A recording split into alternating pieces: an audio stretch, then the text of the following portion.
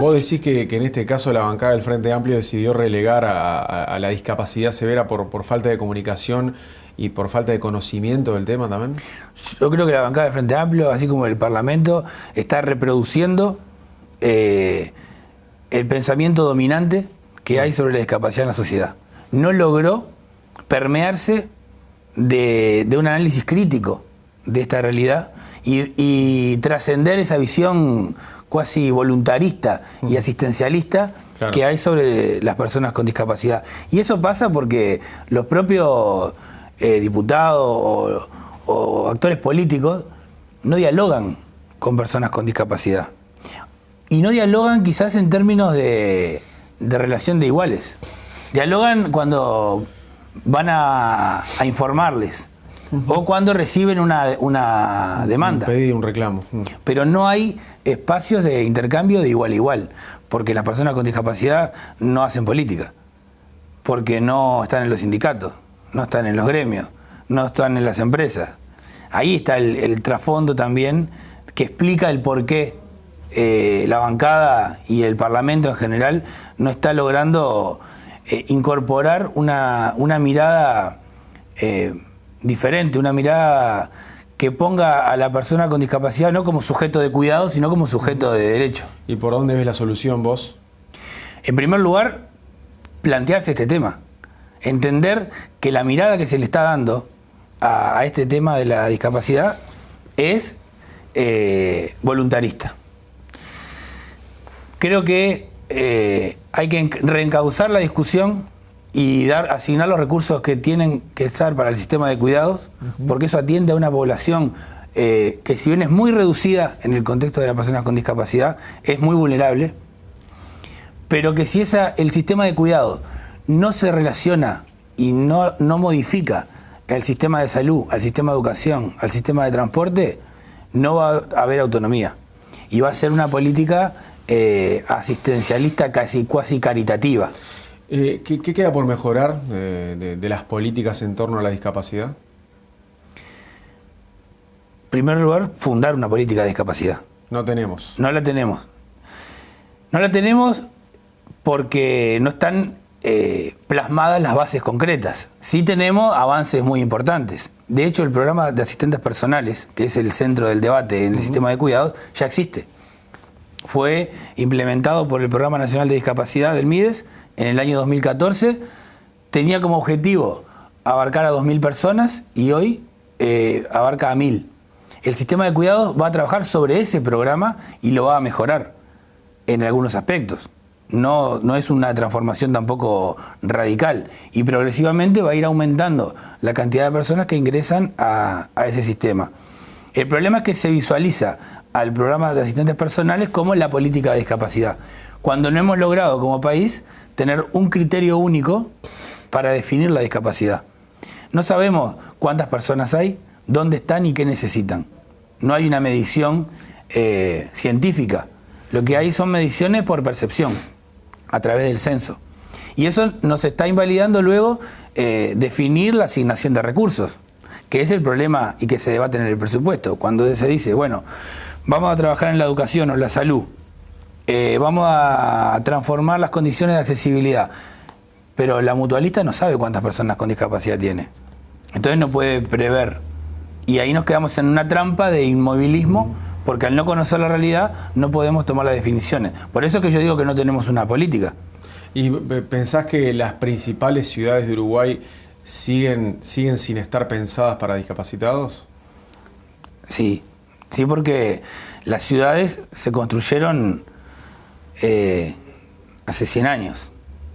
Pero y se puede haber mejorado, las transformaciones que se han venido dando no han incorporado la perspectiva de la accesibilidad de manera jerarquizada. Sí. A no ser Montevideo, que es el único departamento que tiene una reglamentación que obliga a que todas las construcciones deben ser accesibles. El resto del país, eso no es una cuestión de voluntad del que construye. Los discapacitados no se pueden mover con independencia en las otras ciudades.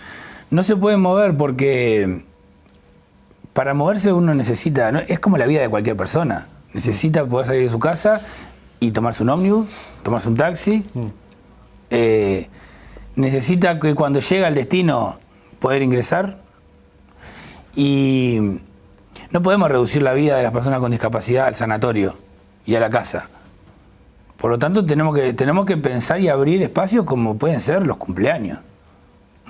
Hoy los cumpleaños de los niños se festejan en salones infantiles. No hay salones con accesibilidad. Algunos lo tienen de casualidad, pero no porque lo pensaron. No hay recreadores que animen los cumpleaños, que tengan incorporada la perspectiva de la discapacidad y sepan integrar a las personas. Y desde niños, los niños con discapacidad, en ese espacio de socialización primario que hay con la familia, con los amigos, ya quedan recluidos porque no van al cumpleaños o porque cuando van están al lado de los adultos y no juegan con los niños porque no hay propuesta que los integre. Digo esto porque lo quiero relacionar directamente con la concepción de los cuidados, es decir, rompe con esa línea. Es decir, no tenemos que pensar que las personas con discapacidad tienen que ser cuidadas. Las personas con discapacidad tienen que ser incluidas, pero no se les puede incluir al sistema si no se les pregunta qué es lo que quieren, qué es lo que necesitan. Y para preguntarle hay que creer en que su opinión tiene valor. Hay una desconfianza brutal en que las personas con discapacidad puedan opinar y que puedan formarse y que tengan posibilidades de crear en nuestra sociedad. Los técnicos y los políticos,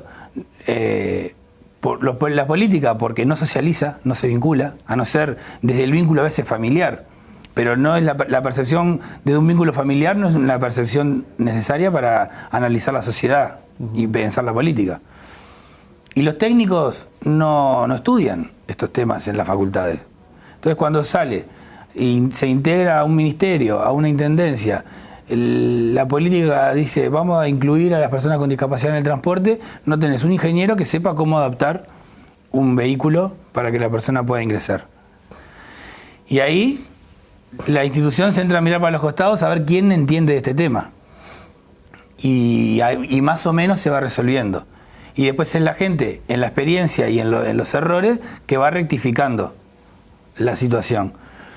Yo creo que tanto el sistema de cuidado como la construcción de una política de discapacidad, como incluso el propio Parlamento, debería ser consciente de esta realidad. Debería tener la humildad de entender que en el siglo XXI, en el 2016, el Uruguay no tiene los sistemas, no tienen la capacidad de decidir y de construir sobre esta realidad que desconocen. Y hay que inventar mecanismos de participación fuertes para que las personas puedan integrar y puedan estar construyendo conjuntamente las políticas. Esto no se resuelve tampoco poniendo como director de un área a una persona con discapacidad. No se trata de eso, porque eso sería simbólico. Acá se trata de ir al rescate de la experiencia y del conocimiento que está en la familia y en las personas que son los que tuvieron que resolver la vida. Hubiese ayudado que este presupuesto tuviera en cuenta más a los discapacitados, ¿no? Totalmente. Yo tengo también el permiso de la duda de si hay algunos planes dentro de los ministerios que quizás no estén visibilizados en el presupuesto. Claro. Y que vayan luego en los planes a implementarse. Pero conociendo esta realidad que intento dialogar con la mayor cantidad de actores políticos, sociales, no estoy visualizando que este programa esté plasmando un rumbo claro en la construcción de una política, que no quiere decir que los próximos 5 años estén dadas las respuestas, pero sí que se defina un camino que sea el camino correcto. Esta realidad no se revierte en pocos años. Estamos hablando de que esta situación de exclusión es milenaria. Claro. ¿No? Y si analizamos la historia para atrás, las personas con discapacidad eran el objeto de los males. Las pestes y los problemas venían porque se los adjudicaba en un pensamiento mágico religioso a las personas con una discapacidad. Desde ahí se construye la matriz de pensamiento actual. No lo vamos a revertir en poco tiempo. Hay un instrumento que es muy importante, que es la Convención Internacional de los Derechos de las Personas con Discapacidad de las Naciones Unidas, que el Uruguay lo ratificó y de alguna manera está logrando permear. Pero esto no se puede resolver en un proceso marginal. Acá tiene que haber una política radical. Yo creo que este gobierno tiene la sensibilidad y la comprensión, tiene la gente que es capaz de comprender este tema, no desde el enfoque caritativo. Creo que puede romper consigo mismo. Tiene esa capacidad, los conozco. Lo que me parece es que tiene que tener la humildad de sentarse a conversar con la gente y después el coraje de dar esa discusión con quienes no lo entiendan. Y también hay que sacar y erradicar en el tema de la discapacidad la demagogia. Porque es muy difícil hablar en contra de las personas con discapacidad, es muy sensible y nadie quiere decir que no. Nadie quiere poner límites. Entonces se votan todas las leyes por unanimidad, pero después no se aplican, porque no se calcularon los costos. Claro. Y no se calculan los costos porque no se sabe cuánta gente hay. Y no se sabe cuánta gente hay porque no se define los instrumentos políticos para determinar esa realidad. Entonces estamos en una trampa. Yo les agradezco a ustedes este espacio también para plantear esta perspectiva desde un punto de vista político, porque creo que este debate, si no, va a pasar con el partido de Uruguay y Bolivia y alguna cosa más, cuando se vote el presupuesto y se va a olvidar. Y nos estaremos perdiendo una oportunidad porque obviamente lo que plasme este presupuesto nacional va a incidir en gran medida en las posibilidades de acción de los próximos 5 años. Si no intentamos incorporar esto, incomodar con estas opiniones, difícilmente dentro de 3-4 años, cuando a alguien le caiga la ficha de lo que había que haber hecho, va a tener los instrumentos presupuestales o jurídicos para poder realizarlo. Y quedará, en todo caso, para la próxima campaña electoral, decir, ahora sí, vamos a trabajar por este tema. Federico, muchísimas gracias por visitarnos. Muchas gracias a ustedes. Que pase bien.